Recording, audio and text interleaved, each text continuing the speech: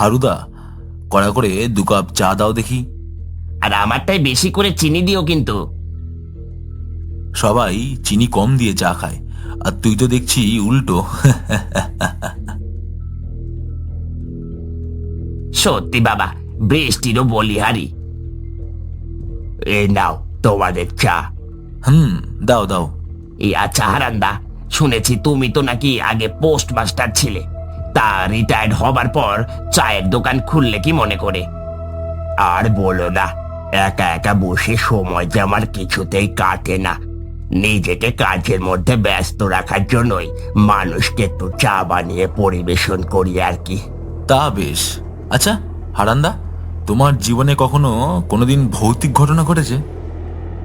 হ্যাঁ, তা ঘটেছে বলাই যায়। সত্যি? তাহলে শোনাও না হারান্দা। এই ঝড় বৃষ্টির সন্ধ্যায় গরম চায়ে চুমুক দিতে দিতে তোমার সেই ভৌতিক ঘটনাটা শুনি আমরা। আচ্ছা আচ্ছা বেশ, শোনো তবে। আজ থেকে প্রায় 32 বছর আগের ঘটনা। আমার বয়স তখন ওই 33 কি 34-এর ঘরে। আমার পোস্টমাস্টারের চাকরির বদলি পড়ল পুরুলিয়া জেলার বেলডিহা নামক এক গ্রামে। সেই গ্রামটি একদম অজপাড়াগা এবং সেখানে আদিবাসী সম্প্রদায়ের মানুষদের বাস। আমি গিয়ে উঠলাম রমেশ মান্ডি নামক এক ভদ্রলোকের বাড়ি। নমস্কার নমস্কার হারান বাবু, আসুন ভিতরে আসুন, আপনার জন্যই অপেক্ষা করছিলাম। হ্যাঁ হ্যাঁ, নমস্কার। এই যে এটা হলো আপনার ঘর। আপাতত আমরা কেউ এ বাড়িতে থাকি না, অনেকদিন ধরে ফাঁকায় পড়ে আছে। আপনি আসবেন বলে কালই পরিষ্কার করালাম। আচ্ছা আচ্ছা, বেশ সুন্দর। আপনার চিন্তা নেই, আপনার রান্না বান্না ও ঘরের কাজ করার জন্য একটি মেয়েকে নিযুক্ত করেছি। আগামী কাল থেকে সে আসবে। আজ আমি আসি, আপনি বিশ্রাম নিন। ঠিক আছে রমেশ বাবু।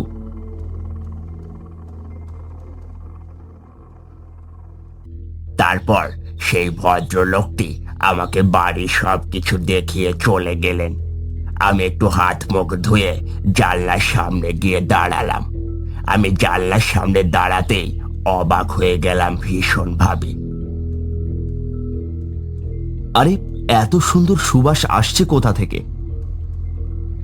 এদিক ওদিক তাকিয়ে দেখি আমার ঘরের জানলার ঠিক আড়াআড়ি ভাবে রয়েছে একটি কামিনী গাছ। কি আশ্চর্য, গাছটিতে একটাও পাতা নেই, একটি মরা গাছ, অথচ গাছটিতে ফুলে পুরো সাদা হয়ে রয়েছে। সেদিন রাত্রে শরীর ভীষণ ক্লান্ত থাকায় আমি ঘুমিয়ে পড়লাম। পরের দিন সকালে 14 বছর মতো বয়সী একটি মেয়ে এসে দরজায় কড়া নাড়ল। বাবু, ও বাবু, আছেন? এগিয়ে গিয়ে দেখি ঘরের দরজাটা খুলে একটি মেয়ে, পরনে তার একটি ফ্রক, চুলগুলো কোঁকড়ানো, গায়ের রং বেশ কালো হলেও মুখের গড়নটা ভারী মিষ্টি। আমি বললাম, কে তুমি? বাবু, আমি নীলা, আমাকে রমেশ কাকা পাঠিয়েছেন। আচ্ছা বেশ, বুঝতে পারলাম, এসো ভিতরে এসো। তারপর সেই মেয়েটি ওই বাড়ির সব কাজ সেরে রান্না করে রেখে বাড়িতে যেত। হঠাৎ সেদিন রাত্রিবেলা আমি জানলার সামনে দাঁড়িয়ে গান গাইছি। এমন সময় মধুমালতী ডাকে আয় ফুল ফাগুনের খেলায়। এ কি? কে ওখানে? কে ওই কামিনী গাছে? কে দোলনা চড়ছে এত রাতে? আমি আমি কে? নীলা, তুমি? আমি টর্চ মেরে তার মুখমণ্ডলটা দেখতে যাব, এমন সময় সে দোলনা ছেড়ে দিল ছুট। এই মরা কামিনী গাছের ডালে দোলনা চড়ছিল নীলা, তাও এত রাতে। কিন্তু এখানে তো কোনো দোলনা ছিল না। তবে পরের দিন নীলা আসতে আমি ওকে জিজ্ঞাসা করি, আচ্ছা নীলা, হ্যাঁ বাবু, বলেন। কাল রাতে কি করছিলে বলো তো ওই কামিনী গাছের ওপর? এসব আপনি কি বলছেন বাবু? আমি তো বাড়িতেই ছিলাম। আর কোন কামিনী গাছ? বাবু, আপনি নিশ্চয়ই কোনো ভুল দেখেছেন। ঠিক আছে, তুই যা।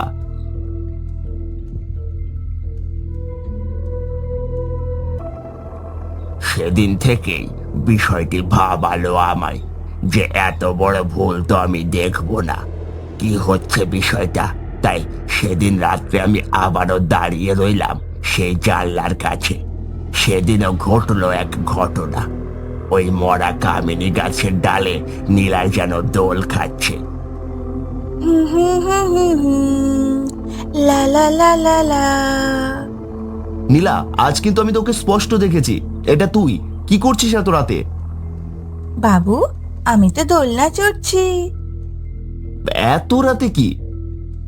আমি দেখলাম নীলার চোখের মনি দুটো একদম সাদা বর্ণের। তার ঠোঁটের এক কোণ থেকে গড়িয়ে পড়ছে তাজা রক্ত। কোকড়ানো চুলের দুপাশে দুটি বেনুনি বাঁধা। আর পরনে সেই প্রথম দিনের ফ্রকটি।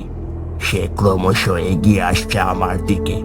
আমার কথা শেষ হওয়া মাত্রই নীলা ক্রমশ আমার দিকে এগিয়ে এলো।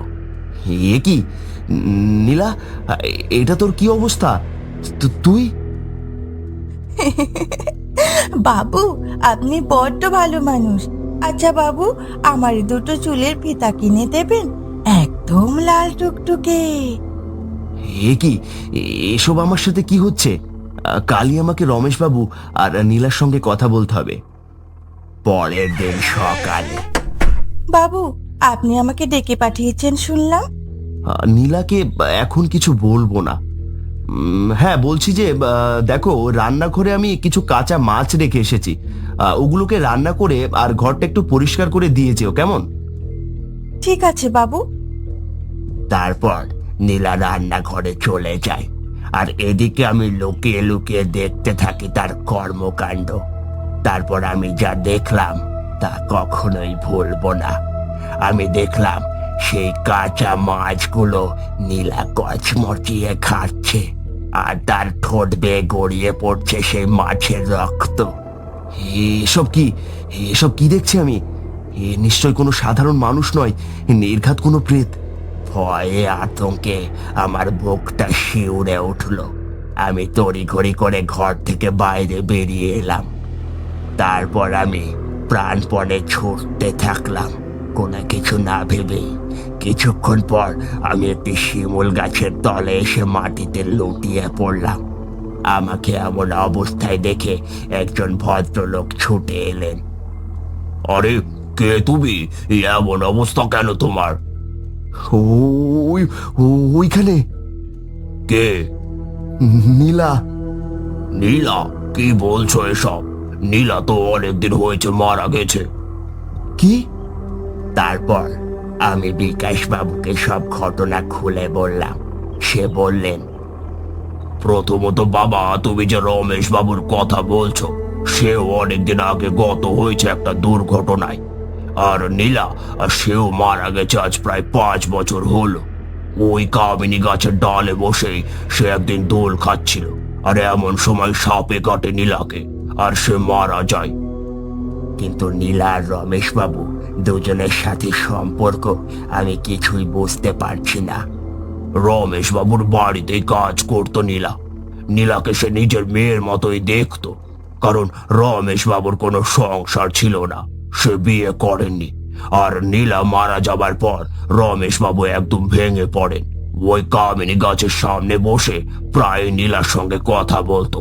তার কিছুদিন পরেই শহর থেকে ফেরার সময় ট্রেন লাইন পার হতে গিয়ে মারা যান রমেশ বাবু। আমার সাথে তাহলে এসব? তবে তুমি এতদিন যে বাড়িতে থেকেছো, সেই বাড়িটা তো আগাছায় পূর্ণ হয়ে যাবার কথা। আচ্ছা, কই চলো তো।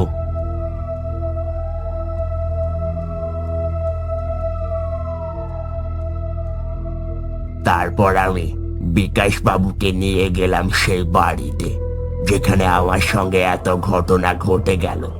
নিয়ে যাবার পর এক অবিশ্বাস্য ঘটনা। সত্যি সেই বাড়িটা পুরো জঙ্গল হয়ে আছে। এক বিন্দু জায়গাও ফাঁকা নেই যে আগাছা জন্মায়নি সেখানে। কিন্তু সেই মরা কামিনী গাছের ফুলগুলো একইভাবে ফুটে রয়েছে। আমার আর বুঝতে দেরি রইল না, আমার সাথে এই কদিন ধরে যেসব ঘটনা ঘটেছে তা সবটাই ভৌতিক ঘটনা ছিল।